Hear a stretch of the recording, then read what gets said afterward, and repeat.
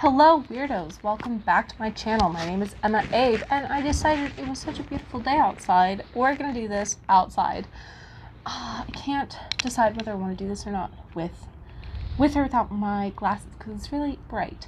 So let's just get started out. What is this video? What are we doing today? So today we are going to be talking about my rankings for the semifinals of the BookTube Prize. And we're also going to try and do this fast because I have to get back to work in about 25 minutes. I read the nonfiction group A for this round. I think a lot of people did. I saw a bunch of videos go up recently. I haven't watched any of them because I don't want their opinions clouding what I feel originally, and I already put my rankings in, so can't really change anything about that now, can I? And I'm gonna kind of go from the number 6th position all the way up to the number 1st position. If the BookTube Prize is a foreign/new concept to you, I'll point you down to the YouTube videos, but essentially we had 2 months to read 6 books and we have to rank them 1 through 6. 6 being the worst, there are really no bad books, and 1 being the best. Let's start from position number 6. So I put in position number 6 Minor Feelings by Cathy Park Kwong, and I wanted to love this book so much. I was very excited because I was reading it, these past 2 months where it's been very I'm gonna put this back on, it's just very bright. Where it's been a very, topical thing to talk about Asian American violence and Asian American hate/discrimination. It wasn't what I wanted it to be in terms of having that discussion. It does have a discussion about Asian American violence and what it is like to be the model minority, and that I did get value out of it. My biggest issue with this book is that I thought it was trying to do too many things at once, and that was kind of the end all be it. There is a part where it is that discussion about Asian American violence and hate and discrimination that happens in America, and then there's also, it's a part memoir, and then it's also this part artistic dissection of Asian stuff, and each of those pieces separately I think would have worked. However, together it just didn't come together for me. I think that it just needed to be fleshed out. Those pieces need to be connected a little bit more. I think it would have helped if the book was a little bit longer, but what do I know? I just sit and talk about books all day. It looks so weird. I can see my reflection in the glass. Oh my god. Anyway, so the next book, the book I ranked number 5, was The Next Great Migration by, I forget the exact author, but it will be on the screen somewhere. And this book I thought was going to talk a lot about climate change and what conditions in the environment are going to cause next migrations, and kind of what's that all going to look like. I mean, that's kind of what the title suggests by The Next Great Migration. However, my issue with this was it wasn't exactly what I thought it was, and maybe that's just a issue of me not doing enough research on these books, because I try to go into these books rather blind. I don't like to look up anything about them. I like to go in just kind of with the title and the author, and that's about it, and maybe some description. What this book actually was discussing migrations in the past from different species. So it talks about migrations of birds and kind of how we figure that out. And I enjoyed those parts. It's just the whole time I was sitting there wondering, when are we going to talk about climate change and how that's going to be affecting migration patterns for all different types of species? And it's not that that wasn't talked about. It was talked about very briefly at the end, and it was just focused on stuff that I wasn't looking for it to be focused on. And maybe that is a wrong critique. I still liked it. I think I want to say that most of these books were for me, on the whole, too good to meh. Anyway, the next book, the one I ranked number 4, it was really a toss-up for me which was going to go in the number 4 spot and which was going to go in the number 3 spot. And I thought about it and I was like, you know what? I think I enjoyed the book in the number 3 spot just a little bit more. The one I ranked number 4 is The Dead Are Rising by Les Paynes and his daughter. And this is not necessarily a companion piece to the autobiography of Malcolm X. However, it's kind of marketed that way in a weird way, and it kind of assumes that you have read that. And I have not read Malcolm X's autobiography, and I still could get a lot out of it. There's lots of references to what Malcolm X says in the autobiography. It was very long, it was very detailed, and that's like a plus and a minus. So if you really want to know all those little details of a person's life, then that can be a good thing. But if you're not, it can kind of be a bad thing. And another thing that I really, really appreciated about this book is all of the background that it gives for what's going on in the world at large. So it talks a lot about like the foundation of the Nation of Islam. And I didn't know a lot about the formation of the Nation of Islam. Bringing that in to the book really helps me kind of understand what was happening at the time. And there were some truly graphic depictions of the violence that happened. And this honestly came down to, I enjoyed the book in the number 3 spot just a little bit more. So the book in the number 3 spot I put as Hidden Valley Road. And honestly, I was not expecting much out of this book. I was kind of dreading reading it just because I hadn't heard like fabulous things about it. I'd heard kind of like mixed / lukewarm things about it. I read it and I turned out I really liked it. So it talks about this family, I forget the exact name of the family, and their journey dealing with like the diagnosis of half their kids be having schizophrenia in like the 60s. So this is a time where like mental health as a whole isn't doing so good in terms of like public recognition, and it beyond just talks about the family, it talks about the history of schizophrenia and the schizophrenia of the diagnosis of schizophrenia. And there were lots of references to actually Ballet West that I was not prepared for, and there were claims made about Ballet West. Essentially, one of the biggest claims that I can remember that kind of irked me a little bit is that this family, the mother of this family, came up for the name of Ballet West. The only reason I care about that at all is because I actually know someone in Ballet West. So like,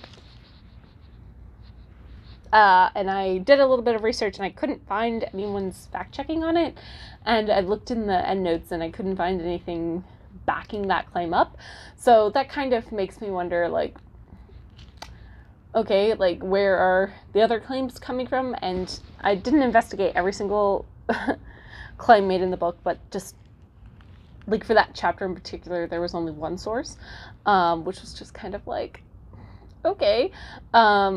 Anyway, but that's a very nitpicky thing on my end. Yeah, I think it is very much focused on the daughters and their experiences. And yeah, I mean, I enjoyed it. This is the kind of book, though, that I would like in terms of the fact that it is dealing with science, it's dealing about like the history of science and also specific case studies, but in a way that doesn't overwhelm you too much. So that's what I liked about that one. In second place, I put The Address Book, and this is the first one that I read for the BookTube Prize, and honestly, I just thoroughly enjoyed it. I loved every second of it. It's, again, very much up my alley in terms of the nonfiction that I enjoy to read. I enjoy to look at the cultural, like, economic, sociological, like, effects of, like, certain parts of whatever, of a culture. And in this one, it's particularly looked at addresses. So it spent like brief times kind of going to different, it spent a brief amount of time going to different places around the world, kind of explaining how addresses work there, but also like kind of examining on maybe how could we do this a little bit better so that we can have addresses that work better for everybody in a society. And also explores some of the problems that come into like what it is like to build addresses or create addresses, and what having an address versus not having an address, what barriers that can put you towards. Like, for instance, it can keep somebody in poverty, because if you do not have an address, like, it's really hard to find a place of work, it's hard to get an ID. There's all these issues that come with like not having an address. And yeah, it's kind of crazy, and it was just really fun. I hesitate to call it like light reading, but it's one of those books that you can kind of like pick up and put down as you go through it.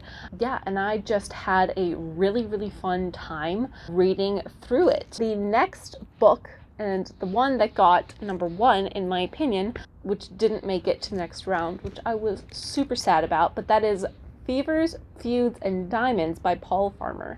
And I would like to preface this that saying I am extremely biased towards this book. It first of all is Paul Farmer, who is a like world-renowned anthropologist and medical person, and I also am just very, very partial towards the way that Paul Farmer writes in terms of how he talks about issues. The conceit of this book is it's talking about Ebola, and it's talking about like the outbreak in Ebola, and it also not only talks about the cultural factors that went into Ebola, but it also talks about the systemic factors around that and the history leading up to that in the region. And I think that people felt very like disconnected from it. However, as an anthropologist, someone who studied anthropology and has studied some of Paul Farmer's other works, the way he talks about Ebola and the spread of Ebola makes perfect sense to me. And I don't know if it is just an anthropologist thing or an anthropologist bias, but it worked on so many levels. The way that he talked about the crisis in terms of the history, in terms of what we have to do to change things to make sure something like this doesn't happen again, and especially when he critiques how people were blaming the victims of the Ebola crisis and how people were so focused.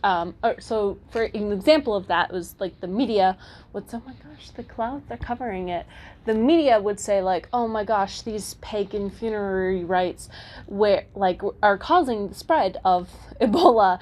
And he would just be like, so you're telling an entire culture to abandon their ways of honoring the dead and upholding their traditions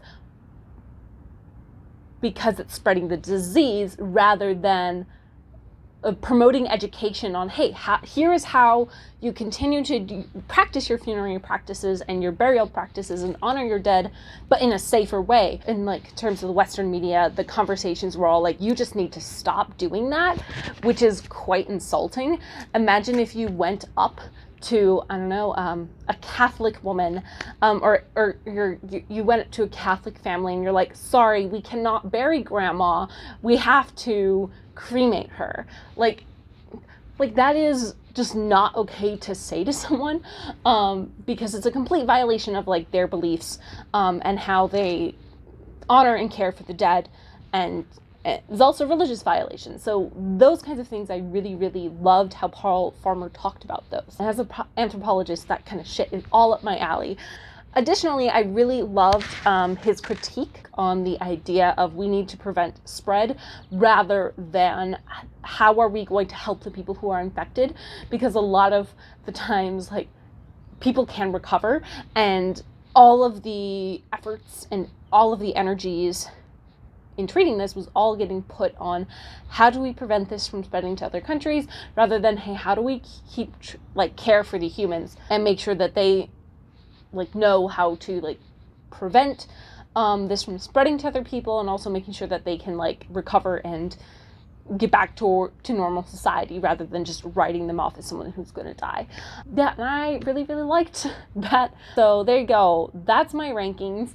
I had a really fun time this round. Again, I finished relatively early. Didn't get my rankings in early. It took me a while to figure out this list, if I'm going to be honest. For the next round, I've been assigned Nonfiction Group A again. And I've actually read 4 out of the 6 books, so that's nice. I only have to read 2 now. That is it for me. Comment, like, subscribe. Let me know what you think about these flowers back here. They're so pretty. That's why I decided to film out here, because there's flowers. Yeah, I will see you guys next week, probably with a wrap-up. All right, bye!